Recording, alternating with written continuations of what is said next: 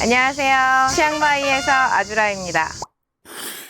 인간은 지극히 사회적인 동물입니다. 무리를 지어서 위험에서 벗어나고 먹이를 구하고 살아왔죠. 특정 집단 안에 안정적으로 소속되어야지만 살아남을 수 있었습니다. 사회가 곧 생존 방식이었거든요. 야생에서 혼자 남겨진다는 것은 곧 죽음을 뜻했습니다. 배가 고파 밥을 원하고 목이 말라 물을 원하는 것처럼 사회성을 생존 방식으로 채택한 우리의 DNA는 타인의 관심과 인정을 굶주리도록 설계되어 있습니다. 우리 인간이라는 종이 얼마나 노골적일 정도로 타인의 관심을 원하는지는 자라나는 아이를 보면 알 수 있습니다. 우리의 생존 본능은 소속을 갈망합니다. 우리가 속해 있는 그곳에서 내쳐지지 않고 제대로 자리를 잡으려면 증명의 필요를 느끼게 됩니다. 나는 유용한 존재다. 나는 이 안에서 온전한 역할을 수행하고 있다. 이 사실을 주변에 확실히 하기 위해서 단순히 증명을 넘어서 우리는 과장하고 과시하고 때로는 거짓을 꾸미기도 합니다. 바로 자신의 정당성, 유효성, 가치를 입증해 안전을 확보하기 위한 성향이죠. 그래서 우리는 먼 과거부터 할 수 있는 건 죄다 했습니다. 특정 무리에 속해 있다는 소속의 상징과 증표를 나타내는 살아있는 게시판으로 진화한 거죠. 인간은 헤어스타일에서 화장, 타투, 옷차림까지 한 개인이 집단의 구성원으로서 어떤 위치, 역할, 중요도를 맡고 있는지 보여주는 온갖 비주얼 상징으로 뒤범벅되어 있습니다. 그것의 확장판이 바로 지금의 소셜미디어, SNS죠. 우리가 생각하는 나다움, 내 정체성, 자아는 애초에 그 본질이 남들과 비교하고 타인의 반응을 통해서 인식하게 되는 대상입니다. 무리를 짓고 살아가는 우리에게는 집단 정체성도 필요하지만 개별적인 구성원으로서 뚜렷하게 구별되는 정체성도 필요하죠. 그래야지만 그 안에서 자신의 위치를 파악하고 그에 걸맞는 역할을 수행할 수도 있었을 테니까요. 그래서 우리는 자신을 파악하기 위해 타인이 보여주는 반응을 관찰하고 그 반응을 통해 자신의 존재감과 스스로의 가치를 판단하게 됩니다. 그러니까 애초에 남의 눈을 신경 쓰지 않고 산다는 건 불가능하다고 할 수 있죠.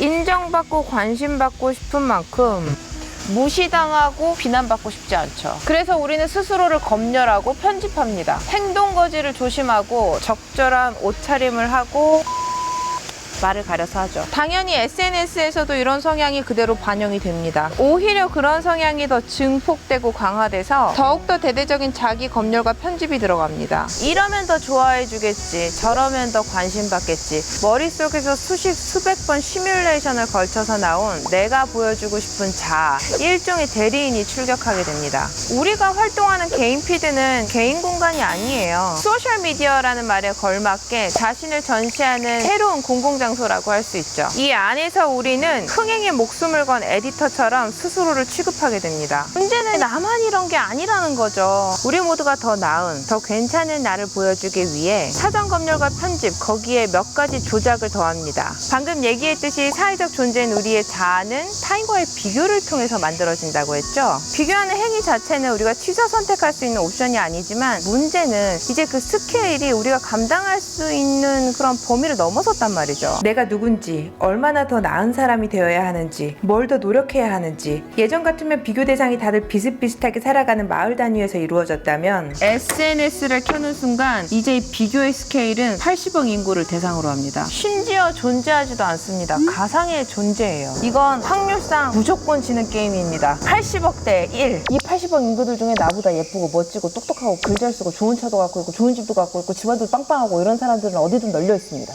진실이다.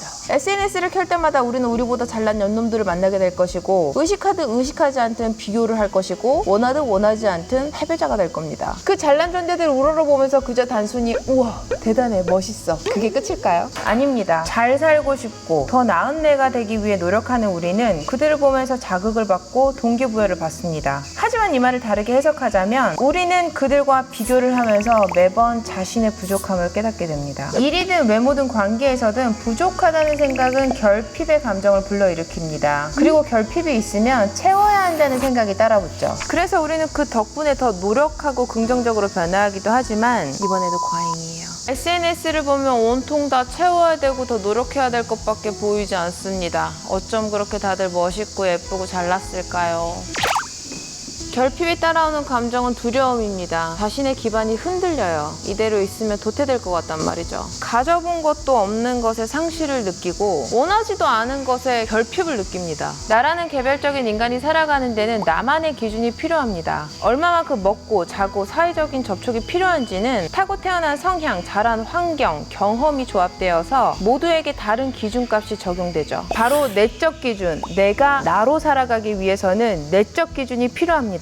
내적 기준은 주관적인 삶의 행복도에 지대한 영향을 미칩니다. 하지만 당장의 생존 본능을 자극하는 것은 타인들에게 인정받는 쪽입니다. 그래서 우리가 SNS를 켤 때마다 조금씩 쌓아 올리고 있는 우리의 내적 기준이 와르르 무너질 만큼 압도적인 외적 기준의 홍수에 휩싸이게 됩니다. 자기를 점검하고 자신만의 기준을 만들어 나가는 대신 그 에너지로 남들이 제시하는 기준을 충족시키고 남들에게 어떻게 인정받고 어떻게 보일지에 쏟아붓게 되는 거죠. 검열과 편집, 조작이 가미된 인스타의 화려하고 멋진 이미지들은 평범한 삶은 의미 없다는 메시지를 은연중에 전달합니다. 우리의 일상을 보잘것없이 느끼게 만듭니다. 내 보잘것없는 엉덩이, 내 보잘것없는 집, 내 보잘것없는 차. 그래서 좀 볼만한 뭔가가 되려고 우리는 스스로를 내몹니다. 더 예쁘고 더 멋지고 더 쿨하게 우리는 인스타 카페를 찾고 예쁘고 멋진 인스타 언니 오빠처럼 되고 싶어서 바디 프로필을 찍고 비싼 차 앞에서 그 리치함을 뽐내고 싶죠. 그리고 그 모든 노력을 자기 개발이라는 말로 정당화해요. 그렇게까지 해서 우리가 얻으려고 했던 건 뭘까요?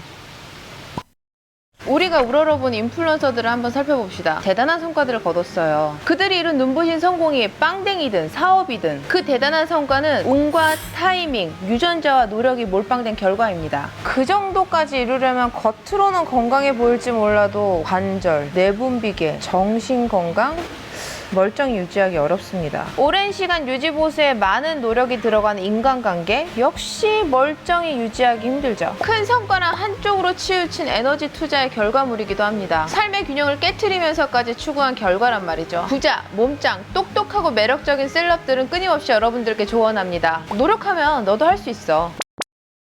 하지만 그 멋진 모습 뒤편에 있는 식이장애, 공황, 우울증, 망가진 대인관계로 인해 고통받는 모습은 굳이 언급하지 않아요. 이게 우리가 바라는 삶일까요?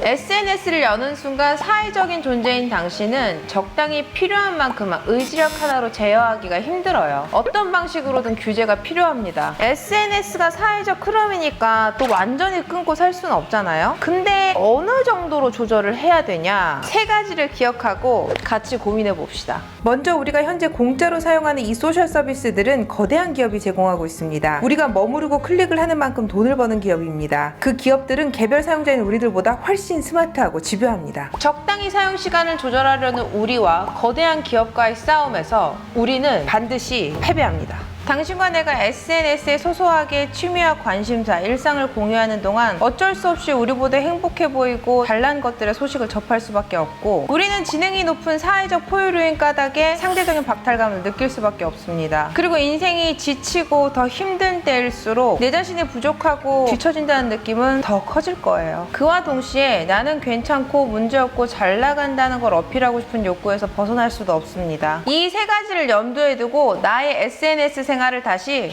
체크해 봅시다. SNS에 소소한 일상을 공유한다? 운동이나 식단 로그, 좋아하는 책 구절, 일기를 올리는 소소한 개인 공간이다? 자기 기만입니다. 당신이 해온 지극히 프라이빗한 SNS 활동 역시 연결에 대한 갈망, 온라인 관음증, 인정 욕구를 기반으로 한 사회적 활동입니다. 그래서 저는 어떻게 대처하고 있냐고요? 일단 핸드폰에 인스타랑 페북 어플이 깔려있진 않고요. 그래도 주소 치고 들어갈 수는 있잖아요. 앱블로그로 접속 횟수랑 시간 같은 걸 제한해 두긴 했는데 이게 열흘마다 풀리거든요. 그래서 가끔가다 눈 뒤집혀가지고 저도 블로까지 풀고 미친듯이 막 돌아다니고 그럴 때도 있어요. 그리고 저도 종종 올리고요. 맛있는 케이크 같은 거죠. 없어도 잘 살고 안 먹는 편이 더 나은데 근데 그 유혹을 피하기가 쉽지가 않단 말이죠. 제가 한때 페북, 인스타를 한 시간에 몇 번씩 들어갈 때가 있었어요. 지금은 하루에 한두 번이니까 그때 생각하면 개가천선한 건데 그래도 마음을 놓으면 안 되더라고. 계속 제안해서 주지를 시킵니다. 이건 지는 싸움이야. 누누이 말하지만 의지력의 기대기보다 상황 설계를 하셔야 됩니다. 하고 싶지 않은데 계속 하게 되는 게 있다? 하기 불편하게 만드셔야 돼요. 그래서 우리 SNS랑 불편해지려고 좀 같이 노력해 볼래요? 저도 가끔 이러고 살다 보면은 현타가 오거든요. 근데 뭐 덕분에 여러분하고 이런 얘기를 할 수 있는 기회를 얻었다고 생각을 해요. 그래서 앞으로도 좀 계속 심심하게 살아볼게요. 크로스핏 다녀오겠습니다. 여러분들의 핸드폰 사용 시간 제한을 위해서 알람 꺼두셔도 됩니다. 그래도 생각나실 때 놀러 오세요.